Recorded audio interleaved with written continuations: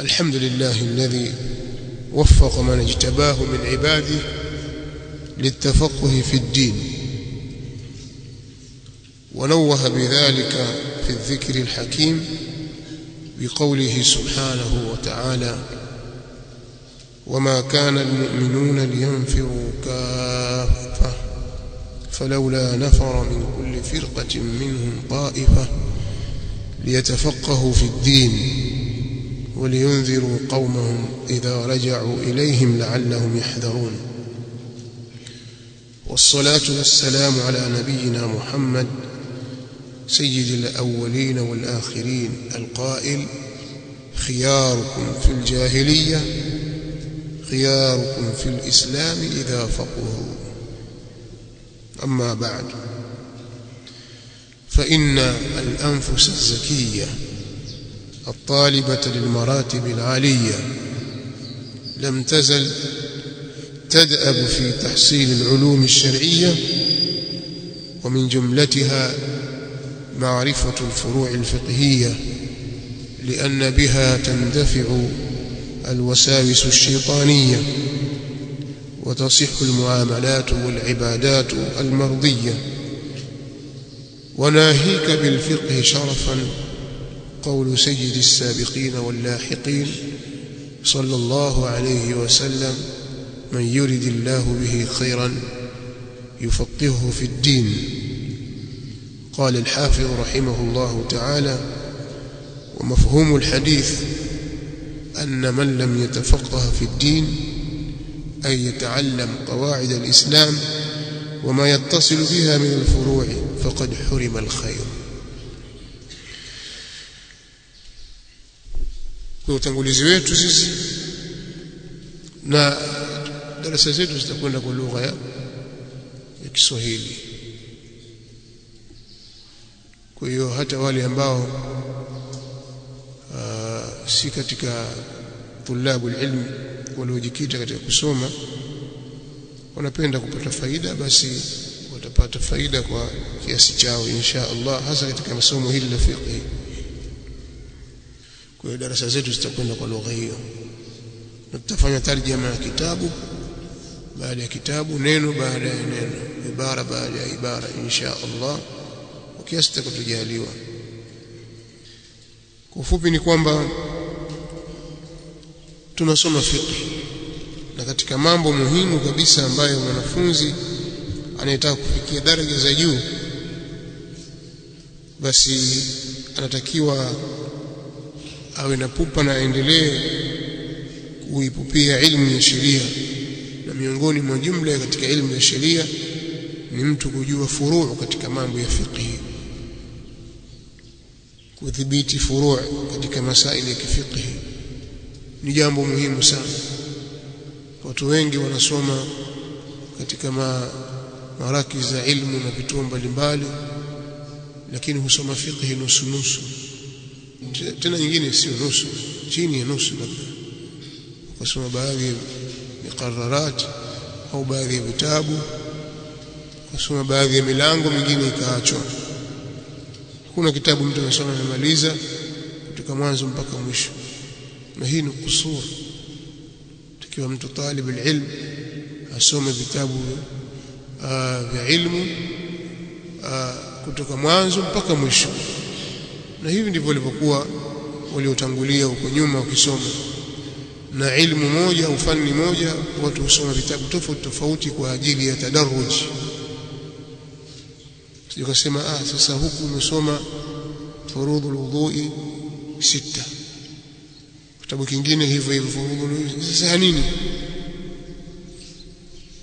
Soma vitabu 5 kila mahali furudhul wudhu'. La, lengo pale ni kufanya vile ni tarsikh almalumat, kuyathibitisha zaidi maalumat, lakini pia watu wanafanya muraati ya tadarruj kutoka kitabu kimoja kwenda kitabu kingine. Kwa kuna umuhimu sana wa talibul ilmi kulizingatia hili. Hakikisha asome kitabu kwa shekhe au kwa mtu aliyemtangulia kutoka mlango mmoja hadi mwingine, kutoka mwanzo mpaka mwisho. mwanzo kitabu mpaka mwisho wa kitabu. Ukimaliza atasoma kitabu kingine, na yeye anayadhibiti masaili. Huu ni utaratibu. Ama utaratibu wa shortcut wa kusoma baadhi ya milango mingine ukairuka, mingine ukaambiwa utajisomea mwenyewe, wewe mwanafunzi waambiwa hiyo mingine mtajisomea wenyewe, si utaratibu wa sawa. Hivyo hivyo katika masomo kama ya nahwu, hivyo hivyo katika masomo mustalah, kuna vitabu vya watu wenye kuanza sasa, kisha vya wanaosogea kidogo, kisha watu wa katikati, kisha watu wa juu zaidi, hivyo hivyo. Kwa hiyo vitabu vyote hivi, maadamu wewe kwenye safari ya kusoma, watakiwa usome vile vitabu vilivyopangiliwa kwa utaratibu wa kueleweka, taasili ipatikane na tadaruji ipatikane. Na hili ndilo ambalo sisi tunalilenga, ili tuweze kupata walimu wazuri ambao wataweza kuwasomesha wenzao biidhnillah alkarim katika mustakbal wa kufuata hiyo at-tadarruj. Sasa katika utangulizi ambao mimi nitakunitaja hapa ni kuelezea madhhabi ya Imam Shafi'i rahimahullah ta'ala. Kuna nukta nitazitaja, miongoni mwa hizo ni tarjama ya Imam Shafi'i rahimahullah, lakini pia tutawarifisha au tutaelezea kuhusiana na usuli zake, lakini pia tutaelezea mambo mbalimbali na istilahati zilizopo katika madhhabi, ili mtu awe na diraya katika jambo hili. Al-Imam Shafi'i rahimahullah ta'ala tutamwelezea kwenye vipengele kadhaa hivi. Kimoja katika hicho yeye ni nani, kwa maana nasabu yake, anaitwa Abu Abdullah kunia yake. Yeye chukue kwamba maimamu wanne hawa wa madhahib kila mmoja ni Abu Abdullah isipokuwa Abu Hanifa peke yake. Abu Abdullah Malik bin Anas, Abu Abdullah Muhammad bin Idris al-Shafi'i, Abu Abdullah Ahmad bin Hanbal. Abu Hanifa ndio kunia yake tofauti. Kwa Abu Abdullah Muhammad bin Idris bin al-Abbas ibn Uthman, Muhammad bin Idris ibn al-Abbas ibn Uthman ibn al-Shafi'i ibn al-Sa'ib ibn Ubayd ibn Yazid ibn Hashim ibn Abd Yazid ibn Hashim ibn Abd al-Muttalib ibn Abd Manaf ibn Qusay ibn Kilab ibn Murra ibn Ka'b, kama ile nasabu ya Mtume sallallahu alayhi wasallam anapokwenda kuanzia hapo kwa Hashim ibn Hashim ibn Abd al-Muttalib moja kwa moja, al-Qurashi al-Muttalibi al-Shafi'i. Wa al-Muttalib na Hashim ndugu sio, ambao al-Muttalib ndio baba yake au ndio ammi yake, Hashim ndio baba yake Abd al-Muttalib. Kwa hiyo yeye atakuwa anakutana na Mtume sallallahu alaihi wasallam kwa Abd Manaf ibn Qusay, babu watatu wa Mtume sallallahu alaihi wasallam. Al-Imam Shafi'i rahimahullah ta'ala ni Mquraish. Katika hawa maimamu wanne wa madhahib, yeye pekee yake ni Mquraish. Ahmad bin Hanbal al-Shaybani, Malik bin Anas al-Asbahi, Abu Hanifa alikuwa Mwarabu. Abu Hanifa kwa hiyo ni Mquraish, ndio maana baadhi ya wafuasi wake katika kutaja manaqib za al-Imam Shafi'i rahimahullah ta'ala wanataja zile hadithi ya aimmat min Quraish kuonyesha kwamba yeye ana afdalia kuliko wengine, jambo haliko hivyo. Al-Imam Shafi'i rahimahullah ta'ala amezaliwa huko Gaza, Gaza, yani Gaza, Palestina, mwaka wa 150. Kisha mama yake akaondoka naye Gaza akaenda naye Makka akiwa yatima, kwa maana baba yake alikuwa amefariki. Umri wake alipokuwa na miaka 2 ndio akahamia Gaza, Palestina. Akaondoka kutoka Palestina huko Gaza au Gaza huko Palestina kuja Makka akiwa na umri wa miaka 2. Mama yake aliondoka naye kutoka huko akaja naye Makka. Kwa akakulia hali ya kuwa ni yatima, amelelewa na mama yake, akaihifadhi Qur'ani akiwa umri wake ni miaka 7. Akaihitimisha Qur'ani kuhifadhi yote akiwa ni mtoto wa miaka 7. Akahifadhi al-Muwatta ya al-Imam Malik, kitabu cha hadithi cha Imam Malik, akiwa na miaka 10.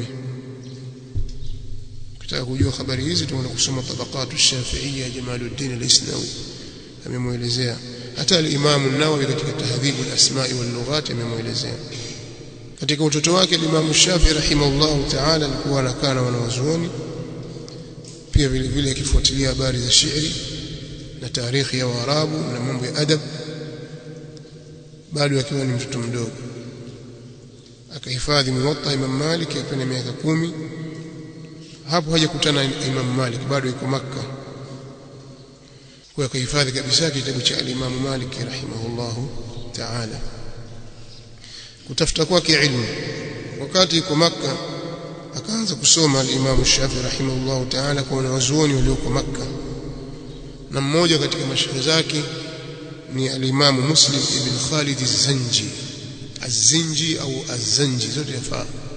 Muslim ibn Khalid az-Zinji ni shaikh wake al-Imam Shafi'i. Zinji maana yake ni mtu mweusi, Mbantu, Mnubi, yote tu Zanji. Muhabeshi, Zanji ilikuwa kitumika hivyo, Mberber. Lakini huyu hakuwa mtu mweusi, walimuita kwa dhidi. Unasema Muslim bin Khalid alikuwa ni mweupe sana,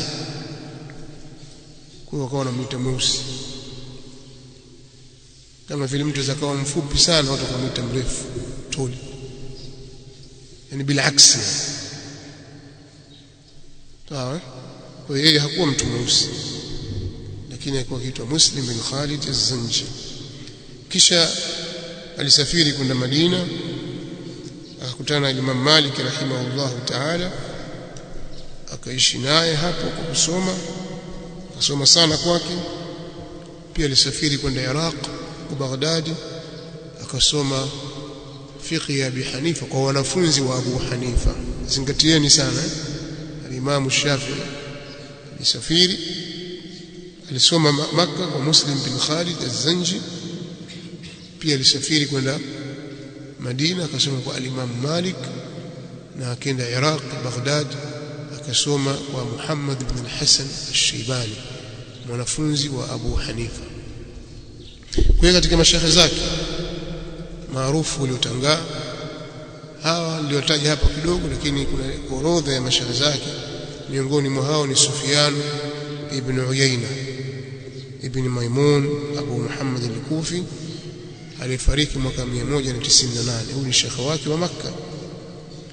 Muslim bin Khalid bin Muslim al-Qurashi al-Makhzumi ambaye huitwa az-Zanji, alifariki mwaka 179.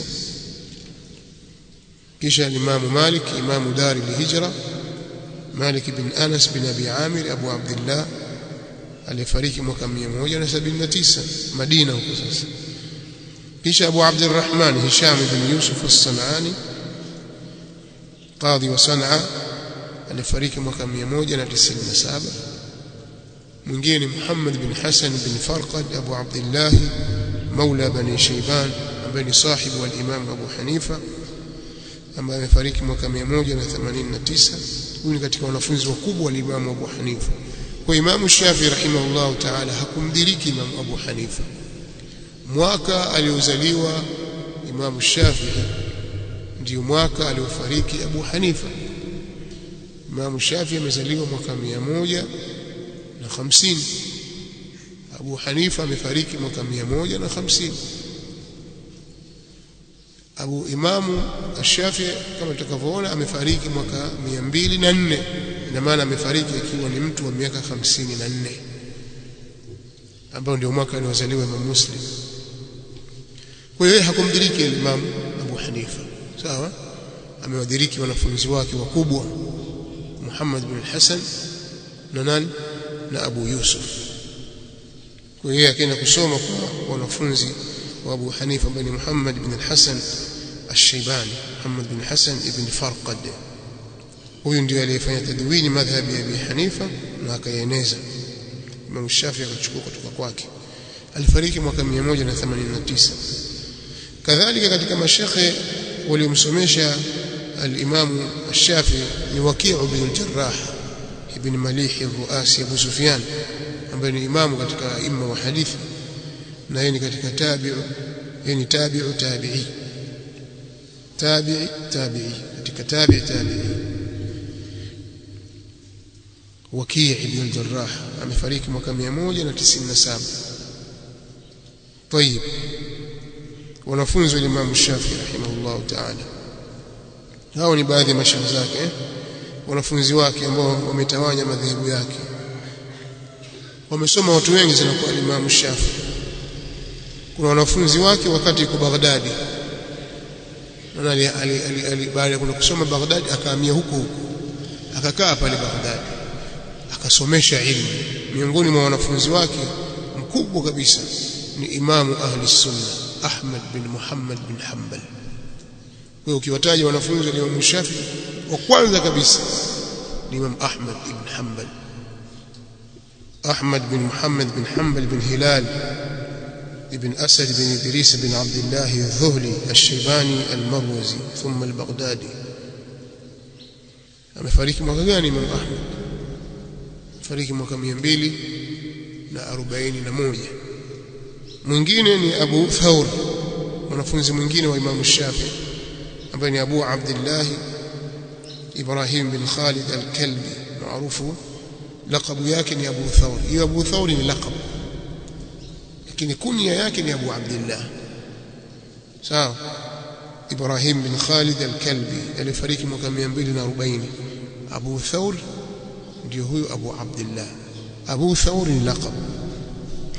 Mwingine katika wanafunzi wa Imam Shafi'i wa huko Baghdad ni Abu Ali al-Karabisi, Abu Ali ibn Hussein ibn Ali al-Karabisi al-Baghdadi, mmoja katika wapokezi wa madhehebu yake al-qadim. Kama tutakavyoona Imam Shafi'i rahimahullah ta'ala, katika madhehebu yake utasikia kuna al-qawl al-qadim na kuna al-qawl al-jadid, kauli ya zamani na kauli mpya. Kauli ya zamani wapokezi wake ni wanafunzi wake wa Baghdad, akiwemo Abu Ali al-Karabisi rahmatullahi ta'ala alayhi, na mwingineo ni Az-Za'farani, naye ni Abu Ali al-Hasan bin Muhammad bin Sabbah. Az-Za'farani ni Abu Ali al-Hasan bin Muhammad ibn Sabbah Az-Za'farani, na huyu ni katika watu walikuwa madhubuti mno katika upokezi wa kauli qadim ya al-Imam Shafi'i, na yeye ndiye alikuwa akisoma akimsomea Imam Shafi'i katika majlisi yake, na Imam Ahmad akiwepo, Abu Thawri akiwepo, al-Karabisi akiwepo. Yeye alikuwa ndiye akisoma kumsomea Imam Shafi'i rahimahullah ta'ala. Nani huyo? Az-Za'farani, Abu Ali al-Hasan ibn Muhammad bin Sabbah. Hawa ni wale wanafunzi wake wa Baghdad, wanafunzi wake wakubwa ambao ni wapokezi wa al-qawl al-qadim. Na wengine wamekwenda wakakuwa wakaongeza maarifa mpaka wakawa na madhhabi yao kama Imam Ahmad, kama vile Imam Shafi'i rahimahullah ta'ala amesoma kwa Imam Malik. Alikuwa mwanafunzi mtoto mdogo kwake, maana alikuwa ni mdogo sana, anaweza kuwa mjukuu wa Imam Malik. Malik alikuwa ni mtu mzima, sababu ukiangalia Imam Shafi'i rahimahullah ta'ala amezaliwa mwaka 150. Al-Imam Malik amefariki mwaka 179 akiwa na zaidi ya miaka 90. Kwa hiyo wakati al-Imam Malik akifariki, al-Imam Shafi'i rahimahullah ta'ala ni kijana wa miaka 20 na kitu, 29 kitu kama hicho. Sasa baina 90 na 29, kwamba huyu kama mjukuu wake, kwa mtu mzima. Kwa amesoma lakini kwake akakaa kwa muda mrefu kuchukua ilmu lakini na yeye baadaye akaendelea akawa imam. Kwa zikitajwa madhahibu tutajwa madhhabi ya Imam Malik, madhhabi ya Imam Shafi'i, kadhalika Imam Ahmad bin Hanbal amesoma kwa Imam Shafi'i lakini baadaye na yeye akawa hivyo alivyokuwa. Katika wanafunzi wake al-Imam Shafi'i huko Misri ni al-Imam al-Buwaiti, anaitwa Yusuf ibn Yahya, Yusuf ibn Yahya Abu Yaqub al-Buwaiti, inasoma kwa dhammi ya ba al-Buwait mansub ila Buwait. Buwait ni qaria, ni kijiji huko Misri, wanasema ni katika mudiria ya Bani Suwaif. Huyu ndio mwanafunzi mkubwa wa Imam Shafi'i rahimahullah ta'ala katika wanafunzi wake wa Misri, bali ndio khalifa wake katika halaka yake, ndio mrithi wake katika halaka yake baada ya kifo chake, kwa sababu Imam Shafi'i rahimahullah ta'ala alihusia hivi kwamba mimi nikifa kwenye kiti changu atakaa al-Buwaiti Yusuf ibn Yahya Abu Yaqub. Huyu ndiye aliyekaa kwenye kiti hiki. Alisema laisa ahadun ahaqqa bimajlisi min Yusuf ibn Yahya wa laysa ahadun min ashabi a'lama minhu, hakuna yeyote alina haki ya kukaa katika majlisi yangu isipokuwa Yusuf ibn Yahya, na hakuna yeyote aliyena elimu katika wanafunzi wangu kuliko al-Buwaiti. Yeye alidumu katika halaka al-Imam Shafi'i rahimahullah ta'ala mpaka ilipotokea ile fitna ya khalqul Qur'an, kwa sababu Imam Shafi'i amekaa miaka 4 tu Misri, miaka 4 tu akasomesha, akapata wanafunzi hao tutakaowataja ikiwemo al-Buwaiti. Sasa al-Buwaiti baada ya kufariki al-Imam Shafi'i rahimahullah ta'ala pale Misri, na amezikwa pale Misri, fitna ya khalqul Qur'an ilipokuwa imeshtadi, wakamtaka al-Buwaiti na yeye atoe msimamo kwa watu wa bid'a. Yeye akasimama katika msimamo wa Ahlus Sunnah wal Jamaa, akakuchukuliwa, akatiwa pingu, akapelekwa Baghdadi, akafungwa jela, akafia jela mwaka 231 rahmatullahi ta'ala alayhi. Mwanafunzi mwingine katika wanafunzi wake wa Misri ni Abu Ibrahim al-Muzani, anaitwa Ismail ibn Yahya Abu Ibrahim. Tushaye kusoma kitabu chake hapo cha Sharh as-Sunnah ya al-Imam al-Muzani. Al-Imam al-Muzani huyu ni mwanafunzi wake aliyebobea kabisa. Wanasema al-Muzani ni nisba ya Muzaina, ni kabila katika Misri, na huyu alikuwa ni mwanafunzi mwerevu katika wanafunzi wa Imam Shafi'i rahimahullah. Alilazimia na Imam Shafi'i mulazama tangu alipofika Misri mpaka kufariki kwa Imam Shafi'i rahimahullah, na yeye ndiye alikuwa mara nyingi akiandika masaili ya Imam Shafi'i rahimahullah. Amefariki mwaka 264 Hijiria. Mwingine ni kuna Rabi'i wawili, kuna Rabi'u al-Muradi aitwa Rabi' ibn Sulaiman ibn Abd al-Jabbar, Rabi' ibn Sulaiman ibn Abd al-Jabbar al-Muradi maulahu. Kunia yake ni Abu Muhammad, mwanachuoni mkubwa, al-faqih al-kabir, tena alikuwa al-muadhdhin na sheikh al-muadhdhinin, ndio sheikh wa waadhini wote pale.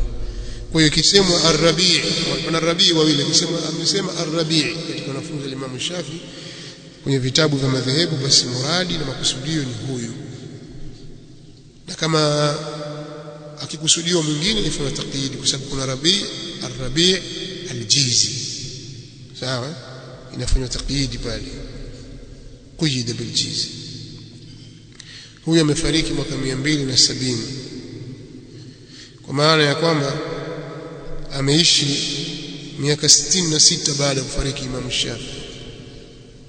Kutoka Imam Shafi'i rahimahullah ta'ala kufariki mpaka kuja kufariki yeye amepita miaka 66, na kipindi chote hicho alikuwa akiyasomesha madhhabi ya Imam Shafi'i rahimahullah ta'ala. Kwa hiyo katika watu waliotawanya kwa kiasi kikubwa sana madhhabi ya Shafi'i ni huyu, na watu walipata njia ya ulum sanadi alim mpaka Imam Shafi'i kupitia kwa Rabi' ibn Sulaiman al-Muradi kwa sababu aliishi muda mrefu.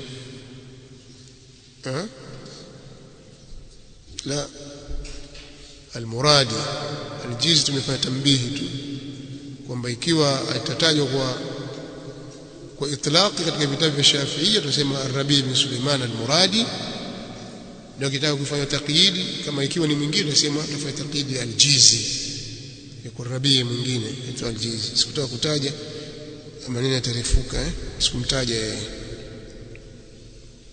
tumetoa tambihi. Rabi' bin Sulaiman ibn Abd al-Jabbar al-Muradi maulahu. Al-Imam Shafi'i rahimahullah ta'ala aliandika vitabu vingi tu, lakini katika vitabu vyake vikubwa maarufu ni kitabu al-Umm ambacho kimekusanywa na mwanafunzi wake Ar-Rabi' bin Sulaiman, na kitabu kingine maarufu ni Ikhtilafu al-Hadith, na kitabu kingine ni Ar-Risala, nacho ndio kitabu cha kwanza kinachozingatiwa kwamba ndio kitabu cha kwanza kuandikwa katika elimu ya usul al-fiqh. Kwa watu wote wanaoandika elimu ya usul al-fiqh wanarudi kwake. Al-Imam Shafi'i rahimahullah ta'ala alifariki katika nchi ya Misri usiku wa kuamkia Ijumaa. Kesho Ijumaa akafariki baada ya maghrib, akazikwa huko Misri siku ya Ijumaa, siku ya mwisho kabisa katika mwezi wa Shaaban mwaka wa 204. Alifariki na maradhi ya bawasiri akiwa na miaka 54 rahmatullahi ta'ala alayhi. Miaka 54 leo kidogo, unaweza kukuta mtu mdogo kama 55 kashampita Imam Shafi. Kumbe hata Imam Shafi kwako ni mdogo. Haya, lakini vimeandikwa vitabu vingi vilivyokusanya athari za Imam Shafi rahimahullah ta'ala, na hii ni baada ya kufa kwake. Mfano kitabu Ma'rifatu as-Sunan wal Athar cha al-Imam al-Bayhaqi amekusanya zile athar na riwaya kupitia asanidi za Imam Shafi na nyinginezo, na vitabu ambavyo au adila ambazo amefanya istidlali nazo Imam Shafi rahimahullah ta'ala kwenye vitabu vyake. Al-Imam al-Bayhaqi rahmatullahi ta'ala alayhi akaandika kitabu kinachoitwa Ma'rifatu as-Sunan wal Athar, si chake Imam Shafi. Kadhalika Ahkamu al-Qur'an, kuna kitabu kinachoitwa Ahkamu al-Qur'an cha al-Imam al-Bayhaqi, amekusanya ndani yake vile vile aqwali za al-Imam Shafi rahimahullah ta'ala katika ahkamu za Qur'an. Na kitabu kinaitwa Musnad al-Imam Shafi, tunaona kitabu ni Musnad al-Imam Shafi, si chake. Kitabu hiki kimeandikwa na al-Imam Abu al-Abbas al-Asam, amekusanya marwiyat za al-Imam Shafi rahimahullah ta'ala katika hadithi za Mtume sallallahu alaihi wasallam na athari za masahaba ambazo anazipokea yeye al-Asam kutoka kwa Rabi' bin Sulaiman al-Muradi kutoka kwa al-Imam Shafi rahimahullah ta'ala. Na kuna hadithi nyingine anazipokea kutoka kwa al-Buwaiti kutoka kwa Shafi, lakini nyingi katika hizo asanidi zake ni kutoka kwa nani? Ar-Rabi' bin Sulaiman al-Muradi.